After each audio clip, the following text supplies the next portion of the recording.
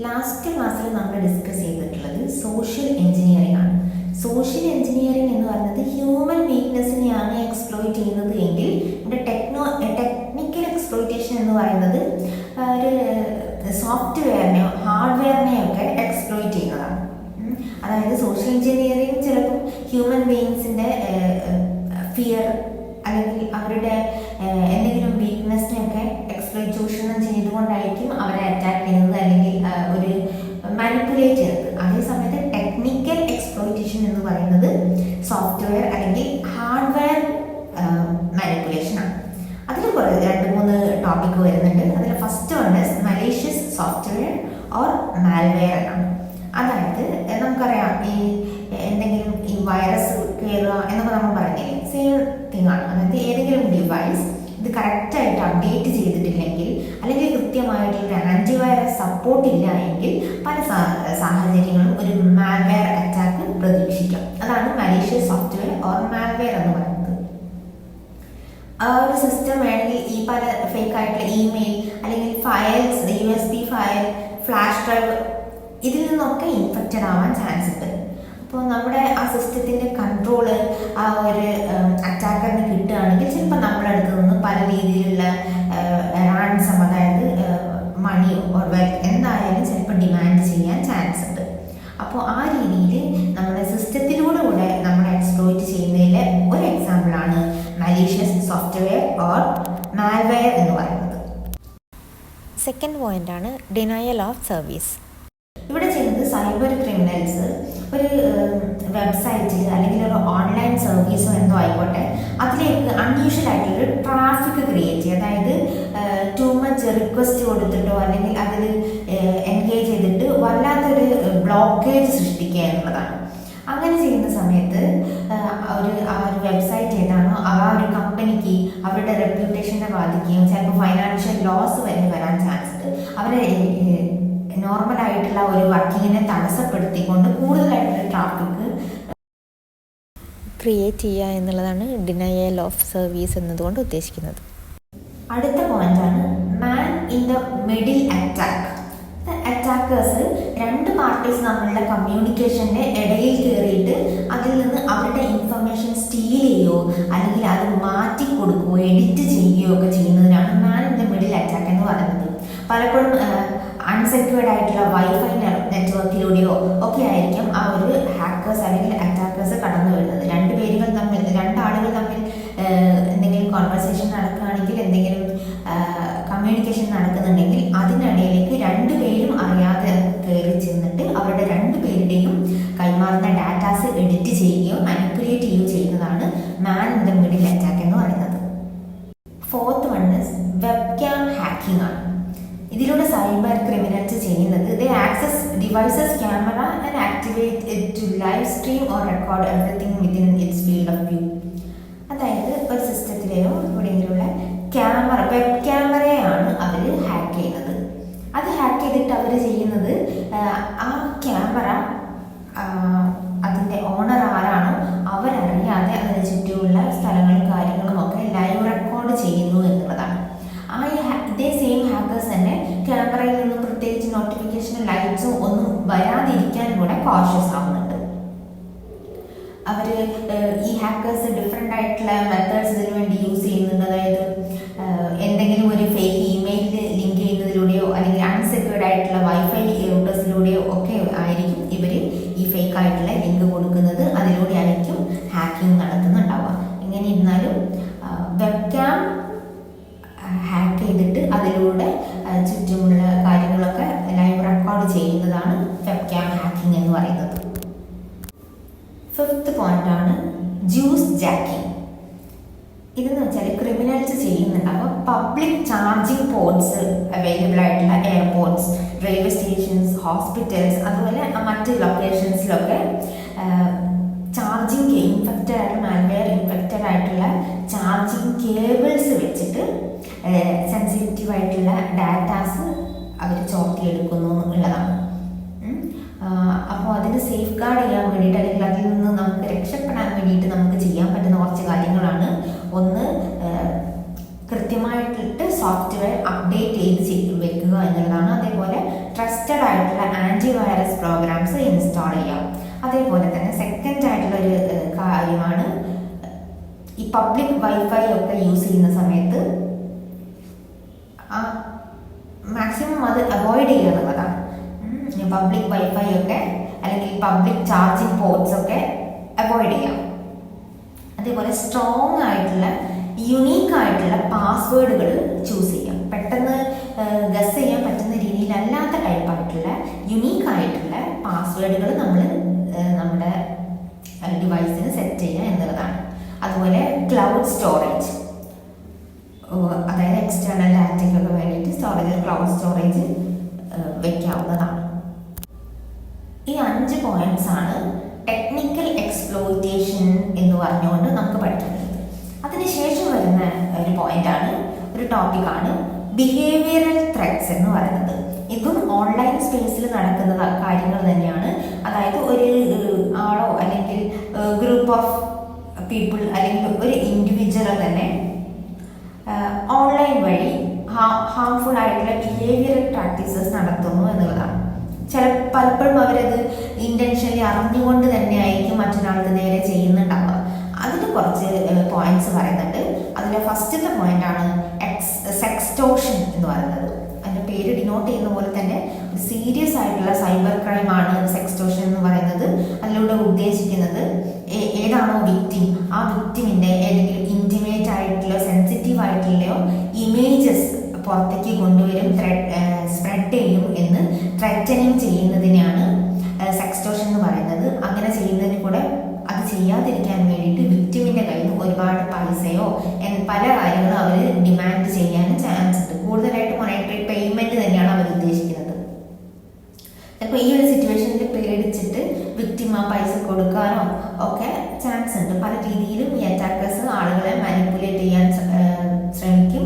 ആ ഭയത്തിൽ നിന്ന് അവർ റാൻസം എത്രയാണോ അവർ ഉദ്ദേശിക്കുന്നത് ആ പൈസ കൊടുക്കാൻ വേണ്ടി തയ്യാറാവുന്നുണ്ട്. അങ്ങനെ ചെയ്യുന്നതിനെയാണ് സെക്സ്റ്റോഷൻ എന്ന് പറയുന്നത്. Second one is cyber bullying.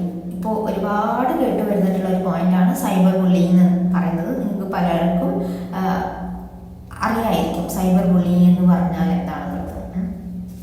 ഇതൊരു സൈബർ ക്രൈം തന്നെയാണ് സൈബർ ബുള്ളിങ് ചെയ്യുക എന്ന് പറയുന്നത്. കൂടുതലായിട്ടും ഇന്റർനെറ്റ് യൂസേഴ്സ് ആയിരിക്കും ഇത് ചെയ്യുന്നുണ്ടാവുക. അതേപോലെ തന്നെ ഇത് ഫേസ് ചെയ്യുന്നതും ഈ ടീം തന്നെയായിരിക്കും. ഒരു ഇൻഡിവിജ്വൽ അല്ലെങ്കിൽ ഓർഗനൈസേഷനോ ആവാം ചിലപ്പോൾ ടാർഗറ്റ് ചെയ്യപ്പെടുന്നുണ്ടാവുക. ചിലപ്പോൾ ഹരാസ്മെന്റിലൂടെ ആയിരിക്കാം ചെയ്യുന്നുണ്ടാവുക. ടെക്സ്റ്റ് മെസ്സേജോ കമന്റ്സോ ഇമേജസോ വീഡിയോസ് ഇതിലെല്ലാം കൂടെ ചേർത്തിട്ട് വിക്ടിമായിട്ട് അവർ ആരെയാണോ കാണുന്നത് അവരെ ഹരാസ്മെന്റും ഒക്കെ നടത്തുന്നതാണ് സൈബർ ബുള്ളിങ് എന്ന് പറയുന്നത്. ആക്ച്വലി അവരെ ഷെയിം ചെയ്യാൻ വേണ്ടിയിട്ടോ അല്ലെങ്കിൽ അവരുടെ ഫെയിം നഷ്ടപ്പെടുത്താൻ വേണ്ടിയിട്ടോ ഒക്കെ ഉദ്ദേശിച്ചുകൊണ്ട് നടത്തുന്നതാണ് ഈ സൈബർ ബുള്ളിങ് എന്ന് പറയുന്നത്. Third one is doxing. Doxing എന്ന് പറയുന്നതും ഒരു സൈബർ ക്രൈമാണ്. അത് മറ്റൊരാളുടെ പ്രൈവസിയിലേക്ക് കയറി ചെന്നിട്ട് ചെയ്യുന്നതാണ് ഡോക്സിങ് എന്ന് പറയുന്നത്. പ്രത്യേകിച്ചും നമുക്ക് പറയാം സെലിബ്രിറ്റീസിൻ്റെ ഒക്കെ ഈ അറ്റാക്കേഴ്സ് അവരുടെ പേഴ്സണൽ ഡാറ്റ ഇൻഫർമേഷൻ ഒക്കെ പബ്ലിക്കായിട്ട് ഷെയർ ചെയ്യുന്നതിന് അവരുടെ കൺസെന്റ് ഇല്ലാണ്ട് തന്നെ ഷെയർ ചെയ്യുന്നതിനൊക്കെയാണ് ഡോക്സിങ് എന്ന് പറയുന്നത്. എസ്പെഷ്യലി നമ്മൾ സെലിബ്രിറ്റീസിൻ്റെയാണ് ഉദ്ദേശിക്കുന്നത്. അടുത്ത പോയിന്റ് എന്ന് പറയുന്നത് നോൺ കൺസെൻഷ്വൽ ഇമേജ് ഷെയറിംഗ് ആണ്. എന്ന് പറഞ്ഞിട്ടുണ്ടെങ്കിൽ ഒരു ഇൻഡിവിജ്വലിന്റെ പ്രൈവറ്റ് ഇമേജ് സ്പ്രെഡ് ചെയ്യുന്നതിനെയാണ് നമ്മൾ നോൺ കൺസെൻഷ്വൽ ഇമേജ് ഷെയറിംഗ് എന്ന് പറയുന്നത്. ആ ഇൻഡിവിജ്വലിന്റെ റെപ്യൂട്ടേഷൻ ഡാമേജ് ചെയ്യുക എന്നുള്ളത് തന്നെയാണ് അതുകൊണ്ട് ഉദ്ദേശിക്കുന്നത്. നെക്സ്റ്റ് കാറ്റ് ഫിഷിംഗ്. കാറ്റ് ഫിഷിംഗ് എന്ന് പറഞ്ഞാൽ അറ്റാക്കർ ആരാണോ അവരൊരു ഫേക്ക് ഐഡന്റിറ്റി യൂസ് ചെയ്തിട്ട് കൊണ്ട് ഓൺലൈൻ സ്പേസ് യൂസ് ചെയ്യുന്നതാണ്. കൂടുതലായിട്ടും ഇത് നമുക്ക് ഓൺലൈൻ ഡേറ്റിംഗ് സൈറ്റ്സിലൊക്കെയാണ് കണ്ടുവരുന്നത്. അതായത് ഫ്രോഡ്സ്റ്റേഴ്സ് ആരാണോ അവർ ഫോൾസ് ആയിട്ടുള്ള ഐഡന്റിറ്റി ക്രിയേറ്റ് ചെയ്യുന്നു. എന്നിട്ട് ഓപ്പോസിറ്റുള്ള ആളെ അവരാരെങ്കിലും ആണെന്ന് പറഞ്ഞിട്ട് കൺവിൻസ് ചെയ്യാൻ വേണ്ടി ശ്രമിക്കുന്നു. അവരുമായിട്ട് റിലേഷൻഷിപ്പ് കീപ്പ് ചെയ്യാൻ വേണ്ടി തുടങ്ങുന്നു. അതിനുശേഷം അവരെ പല രീതിയിൽ മാനിപ്പുലേറ്റ് ചെയ്യുന്നു. ഇതാണ് കാറ്റ് ഫിഷിംഗ് എന്ന് പറയുന്നത്. അതായത് സ്വന്തം ഐഡന്റിറ്റി മറച്ചു വെച്ചുകൊണ്ട് ഫേക്ക് ആയിട്ടുള്ള ഒരു ഐഡന്റിറ്റി ക്രിയേറ്റ് ചെയ്തുകൊണ്ട് ഓപ്പോസിറ്റുള്ള ആളെ അയാൾ ഒരു പ്രത്യേക ആളാണ് എന്ന് കൺവിൻസ് ചെയ്തുകൊണ്ട് അവരെ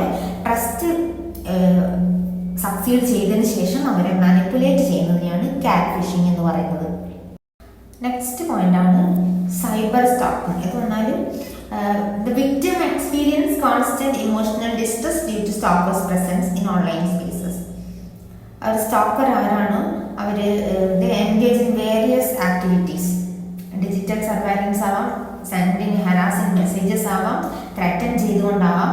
അങ്ങനെ ഒരു പ്രത്യേക ആളിനെ അല്ലെങ്കിൽ വിക്ടിം ആരാണ് അവരെപ്പോഴും ഇങ്ങനെ ഫോളോ ചെയ്തുകൊണ്ടേയിരിക്കും. അതേ മെസ്സേജ് അയച്ച് ഹരാസിങ് മെസ്സേജ് അയച്ചിട്ടോ ത്രെറ്റനിങ് ചെയ്തുകൊണ്ടോ അങ്ങനെ ഓൺലൈൻ സ്പേസിൽ ഫോളോ ചെയ്തുകൊണ്ടേയിരിക്കുന്നതിനാണ് സൈബർ സ്റ്റാക്കിംഗ് എന്ന് പറയുന്നത്. ലാസ്റ്റ് പോയിന്റ് ആണ് ഹെയ്റ്റ് സ്പീച്ച്. ഹെയ്റ്റ് സ്പീച്ച് നമുക്കൊരു സൈബർ ക്രൈമാണെന്ന് പറയാം. പലപ്പോഴും അത് കണ്ടുള്ളത് സോഷ്യൽ മീഡിയ പ്ലാറ്റ്ഫോമിലാണ്. അതായത് ഒഫൻസീവായിട്ടോ അബ്യൂസീവായിട്ടുള്ള മെസ്സേജസ് സ്പ്രെഡ് ചെയ്യുന്നതിനാണ് അങ്ങനെ പറയുന്നത്. ആരുടെയെങ്കിലും race, gender, sexuality, religion, identity ഇതിനെല്ലാം കൂടെ എല്ലാം ചൂണ്ടിക്കാണിച്ചുകൊണ്ട് അവർക്കെതിരെ നടത്തുന്ന ഒരു വിദ്വേഷ പ്രകടനം എന്നാണ് നമുക്ക് പറയാൻ. അവർക്ക് എതിരെ വരുന്ന ഒരു ഹെയ്റ്റ് ആണ് ഹെയ്റ്റ് സ്പീച്ച് എന്ന് പറയുന്നത്. ഇത്രയും സൈബർ ക്രൈംസ് പല രീതിയിൽ നമ്മൾ പറഞ്ഞു കഴിഞ്ഞു. ഇനി അതിനെ സേഫ് ഗാർഡ് ചെയ്യാൻ വേണ്ടിയിട്ടുള്ള കുറച്ച് പോയിന്റ്സ് പറയുന്നുണ്ട്. അതായത് safeguarding against behavioural threats. അതിൽ ഏറ്റവും ഇമ്പോർട്ടൻ്റ് ആയിട്ടുള്ള ഫസ്റ്റ് പോയിന്റ് എന്ന് പറയുന്നത് develop awareness about the legal help available in connection with online harassment. ഏത് രീതിയിൽ ഒരു ഓൺലൈൻ ഹരാസ്മെന്റ് സംഭവിച്ചിട്ടുണ്ടെങ്കിലും അതിനെതിരെ നമ്മൾക്ക് എത്രമാത്രം ഹെൽപ്പ് അവൈലബിൾ ആണ്, ലീഗൽ ഹെൽപ്പ് അവൈലബിൾ ആണ് എന്നുള്ളതിനെ കുറിച്ച് ഒരു അവയർനെസ് ഉണ്ടാക്കുക എന്നുള്ളതാണ് first point. Second is block stalkers and abusers using tools available on apps and website. പല ടൈപ്പിൽ നമുക്ക് ബ്ലോക്ക് ചെയ്യാനുള്ള, ലിമിറ്റ് ചെയ്യാനും ഒക്കെയുള്ള അവസരങ്ങളുണ്ട്. നമ്മൾ അത്രയും ബോധേഡാകുന്ന സ്റ്റോക്കേഴ്സ് ഒക്കെ ഉണ്ടെങ്കിൽ അവർ നമുക്ക് റെസ്ട്രിക്റ്റ് ചെയ്ത് വെക്കാവുന്നതാണ്, അത് യൂസ് ചെയ്യാവുന്നതാണ്. തേർഡ് സേഫ് മെഷർ പറയുന്നത് ensure end-to-end encryption on platforms where you engage in private conversation. അതൊക്കെ നമുക്ക് അറിയുന്നതാണ്. വാട്സപ്പിൽ ഒക്കെ ഉള്ളതുപോലെ തന്നെ end-to-end encryption enable ചെയ്ത് വെക്കുക. Fourth point is B cautious about sharing personal information online. നമ്മളുടെ എന്ത് പേഴ്സണൽ ഡാറ്റ ആയാലും അത് ഓൺലൈൻ ഷെയർ ചെയ്യുന്ന സമയത്ത് നമ്മൾ ഒരുപാട് പ്രാവശ്യം ചിന്തിച്ചിട്ടേ അത് ചെയ്യാൻ പറ്റുള്ളൂ, ചെയ്യാൻ പാടുള്ളൂ എന്നുള്ളതാണ്. ഈ prevention is better than cure എന്ന് പറയുന്നത് പോലെ തന്നെ നമ്മൾ എന്താണോ നമ്മളുടെ പേഴ്സണൽ ഇൻഫർമേഷൻ ഷെയർ ചെയ്യുന്നത് അതിനെക്കുറിച്ച് നമ്മൾ 1-2 പ്രാവശ്യം ചിന്തിക്കാം. അതായത് ഇത് ഞാനിപ്പോൾ ഷെയർ ചെയ്യേണ്ട ആവശ്യമുള്ളതാണോ എന്ന് അറിഞ്ഞതിന് ശേഷം മാത്രം നമ്മളത് ഷെയർ ചെയ്യും.